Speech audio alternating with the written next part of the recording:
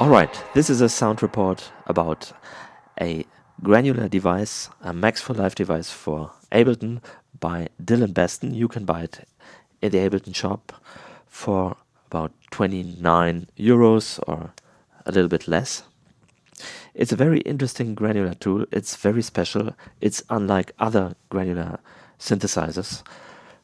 In order to understand it, I explain a few things in the beginning. I also use the drum bus plugin at the end of it, so it's a little bit louder.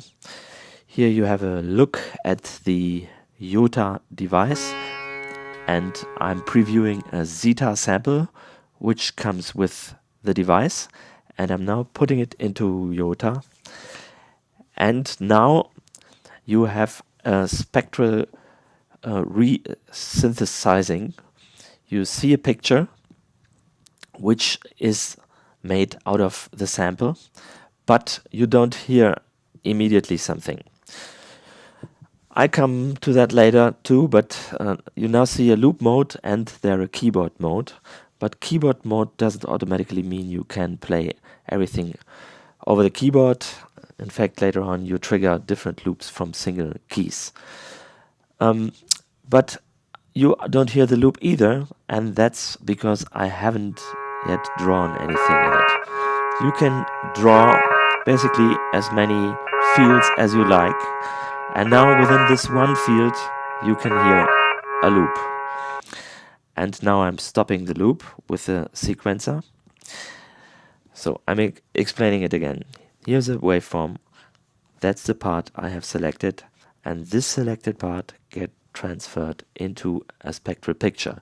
And later on you can also select other parts from the sample and generate different pictures. Now you have the higher frequencies on top and the deeper frequencies at the bottom, and you see time moving from left to right. And the more bright the picture is, the louder the whole thing gets. And there you can also set the analysis mode, so it, for example, gets a little bit brighter.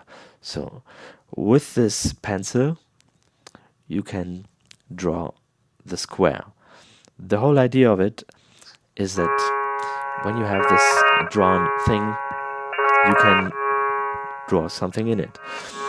And for this one loop you have parameters. I'm now transposing it. You can also use fine-tuning for it. I can change direction, and I can even use a delay. Use feedback parameter and delay time.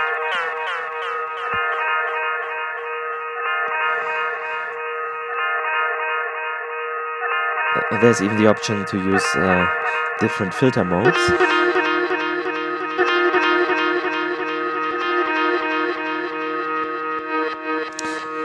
And that's only one square yet. You can draw more of them and have all these parameters for each square. I'm trying it down there where it's a little bit more bassy, but that's a bit too bassy. I don't hear it at all. I can delete it and draw something new. There you go. Now you hear the second loop, which now has the same settings as the first one, but you can change that later. Here's a third loop, and another one in a higher frequency area. But that's a bit too bright, a bit too much, and now I can move this and preview where I'm moving it with the hand tool. Or I can use the resize tool and draw a different area. So the loop area changes. And the parameters on the right side always show what belongs to the selected square. I'm now changing parameters.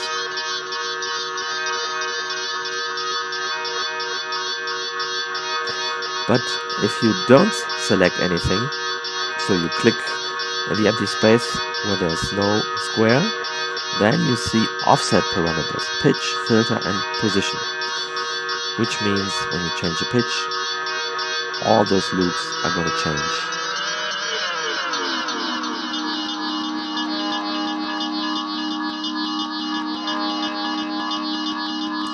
And you can also change the position of the loops.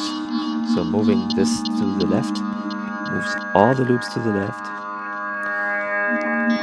And moving to the right moves all the loops to the right. There's also an option to use a grid, but it's not so easy to handle. I had a little break and now I do something different. I make different settings for the different squares. Now I turn down the delay for this and for that, so the delay is only on the others. You can hear the sound difference.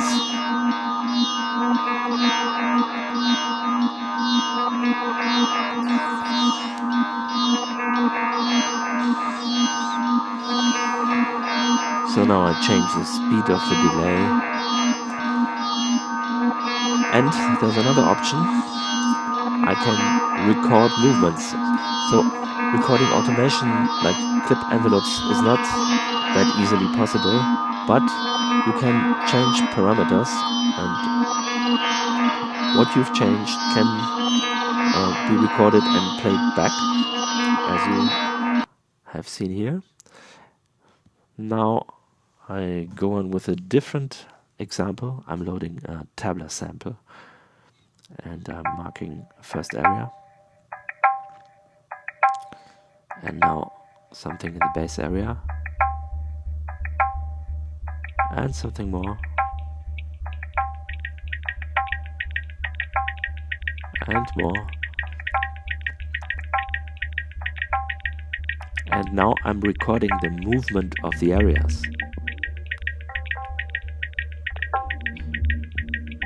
You can see a little XY display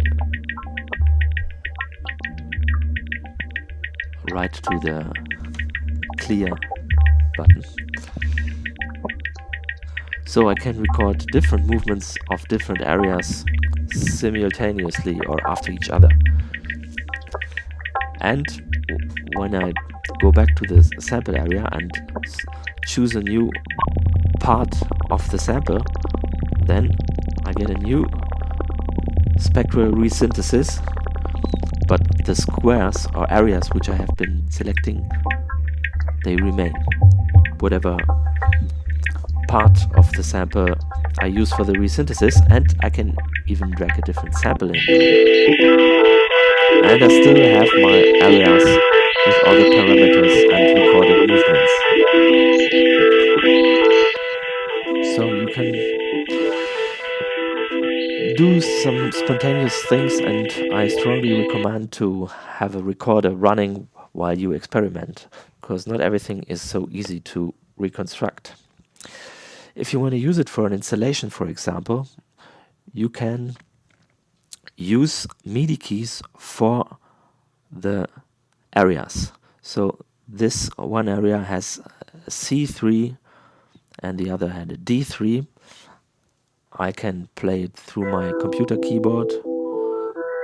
That's one, and that's the second. And I can also play them simultaneously.